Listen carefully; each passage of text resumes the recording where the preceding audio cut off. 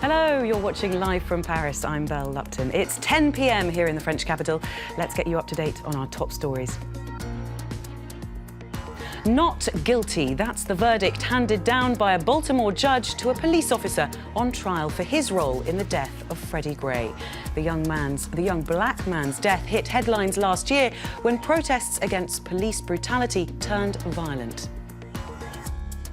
Austria has a new president. 72-year-old green-backed Alexander Van der Bellen beat far-right Norbert Hofer by under 1 percentage point. European leaders reacted with relief as Austria avoided becoming the first EU country to elect a far-right head of state since World War II. And up to 150 people have been killed on Syria's Mediterranean coast in an attack claimed by the Islamic State group.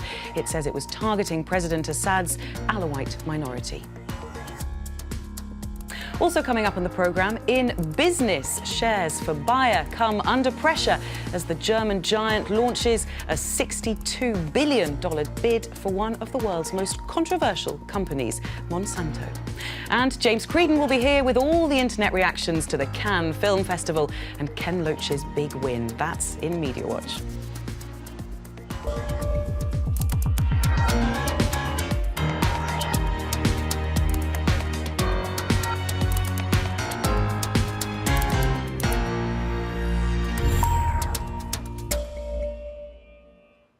But first, to a case that erupted onto the world stage in April last year, when young black man Freddie Gray died in police custody in the US city of Baltimore. Earlier, one of the officers implicated in Gray's death was acquitted by a judge on all 4 charges against him. Officer Edward Nero was tried by a judge instead of a jury at his request. He's one of 6 officers charged in connection with Gray's arrest and death, and the trial of the first officer ended in a hung jury last year. Here's Emma James with more. Tell the media, hell no. No justice! No peace! No justice! More than a year after Freddie Gray's death, the anger is still palpable. And the protest movement it spawned is frustrated. No one has yet been held accountable. This is not right. That boy's back got broke. He's dead. If something happened to my son, I'll put myself in that mother's shoe and that family's shoe. That is not right. Somebody got to be responsible for that murder. Baltimore police officer Edward Nero arrived in court amid heavy security. The 30-year-old was cleared of several charges, including assault and reckless endangerment. The images of Freddie Gray's arrest prompted anger in Baltimore and around the world. Hey, that boy's leg look broke. His leg broke and y'all dragging him like that. Edward Nero had been accused of arresting 25-year-old Gray without justification and failing to secure him in a police van, where he suffered a fatal spinal injury. Gray's death a week later sparked a day of rioting in Baltimore. The city's mayor has called for calm in the wake of the verdict, amid fears these scenes could be repeated. Nero, who now faces a police review, is one of 6 officers to have been charged. Only 1 other has been tried so far, a case that resulted in a hung jury. The judge in Nero's case said prosecutors had failed to prove the charges. Edward Nero says he did not handcuff Freddie Gray, and he had expected others to secure him inside the van, the omission that led to Gray's fatal injuries. Emma James with that report.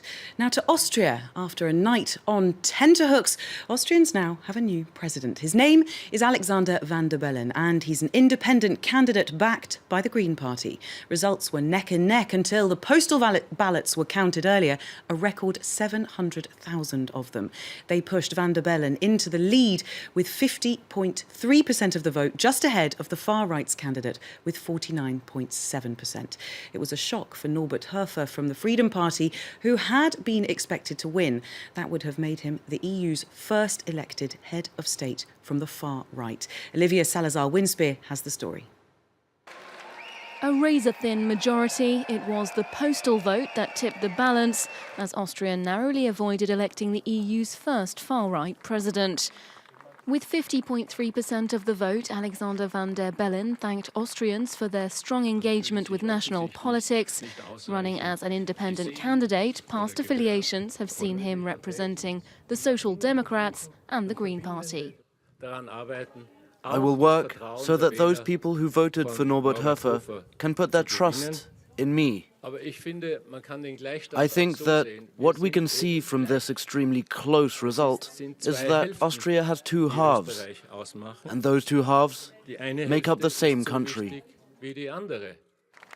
Van der Bellen said many in Austria feel their voices have not been heard, alluding to a polarisation in Austrian politics.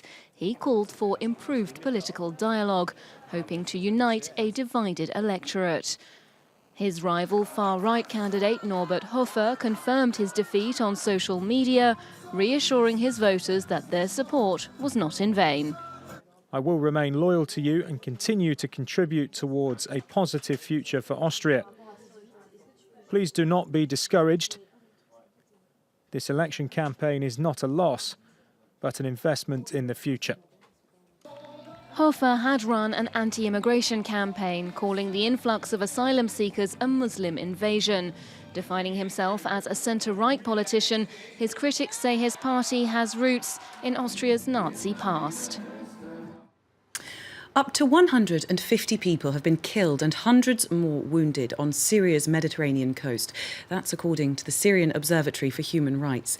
The Islamic State group has claimed responsibility for a series of bombings that targeted crowded areas in Tartus and Jableh, home to members of President Assad's Alawite minority. Yuka Roya has more. The near-simultaneous blasts ripped through busy areas. Here in Tartus, a bus station was hit, while in Jableh, further up the Mediterranean coast, a bus station and a hospital were targeted. Everything started with the car bomb and with two kamikaze attacks. So the car blew up, and one of the kamikaze blew his belt off, and then a second one helped with the wounded, and he got into the ambulance in order to get to the emergency room in the hospital, where he blew his belt off and killing many wounded already and many personnel of the hospital. The Islamic State group claimed responsibility for the series of attacks, with several suicide attackers and car bombs. The jihadists said they targeted gatherings of Alawites, the Syrian minority to which President Bashar al-Assad belongs. The bombings were the first attacks of their kind in these regime strongholds that had so far escaped the worst of the conflict. Tartus and Jableh are also close to Russian-operated naval and air bases. Syria's information minister said the jihadists were resorting to bomb attacks against civilians, following some setbacks on the front lines in recent months. Moscow, meanwhile, said the latest attacks demonstrated how fragile the situation was in Syria, and that its plan to scale back its troops remained flexible. Yuka Roya with that report. Now, Iraqi forces have begun a military operation to retake the town of Fallujah from the Islamic State group, an important battle because the city was the first to fall to IS back in January of 2014. The Iraqi army is being backed by Shia militias and US airstrikes. On Sunday, Fallujah civilians were warned to leave the town or to raise a white flag over their homes and stay away from IS headquarters. There had been speculation that the northern city of Mosul would be targeted before Fallujah, but plans for an operation there have repeatedly stalled.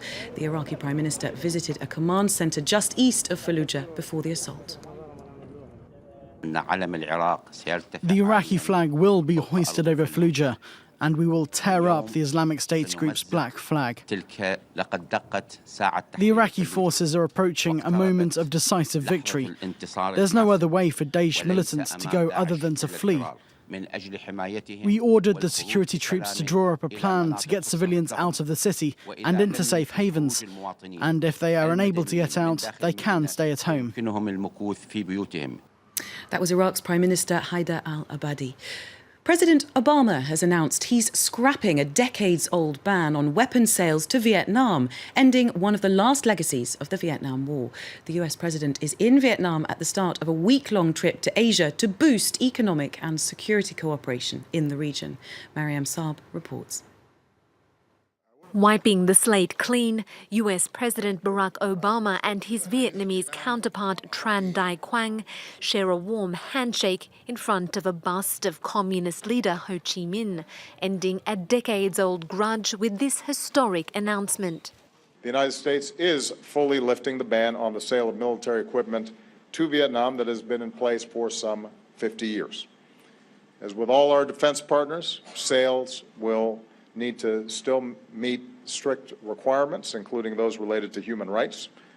But this change will ensure that Vietnam has access to the equipment it needs to defend itself and removes a lingering vestige of the Cold War. The olive branch is timely for Vietnam, coming amid an upswing in tension with China over disputed territory in the South China Sea. Vietnam highly commends the decision made by the United States to fully lift the ban of lethal weapon sales to Vietnam. It reflects the complete normalization of the relationship between the two countries. While skeptics claim the move is to counter China's growing power in the region, Obama maintains the flip from adversaries to allies is part of a long overdue move toward defense cooperation. On Vietnam's dismal human rights record, the US says it's still a sore spot, but progress has been made.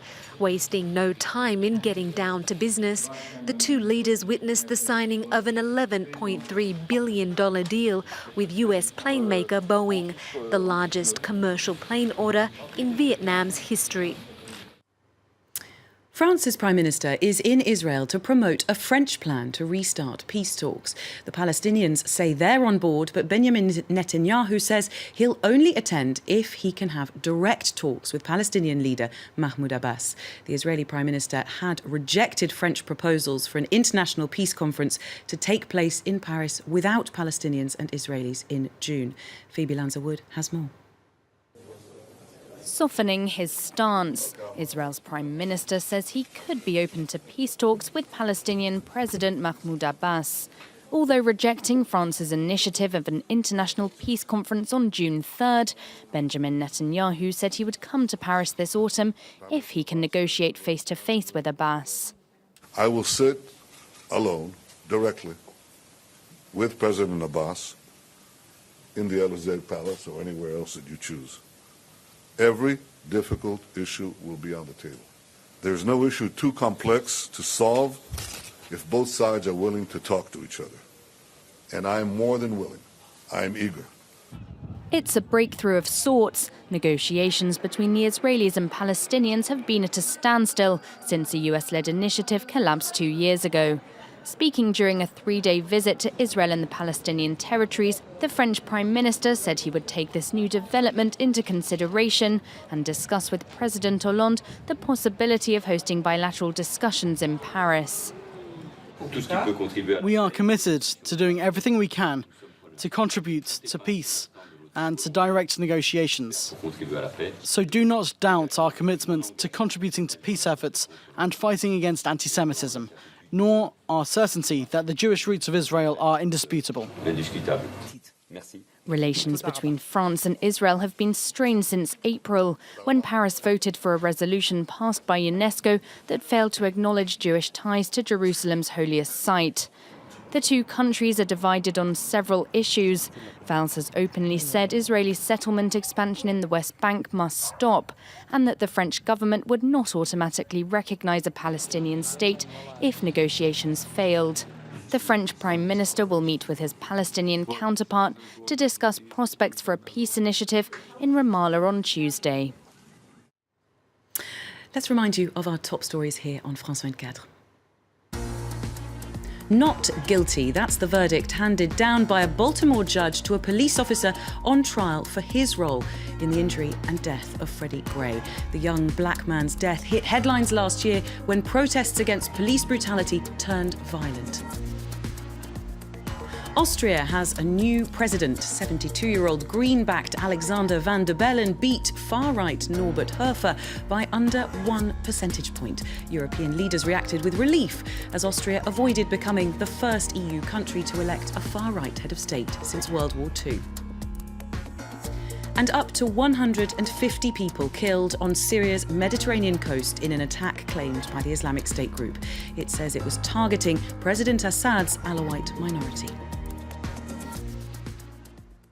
Time for some business news now, and Delano de Souza's here. Hi, Delano. And we're starting with a multi-billion-dollar bid that has got buyer investors spooked. That's right. A buyer's stock ended Monday's session with declines of over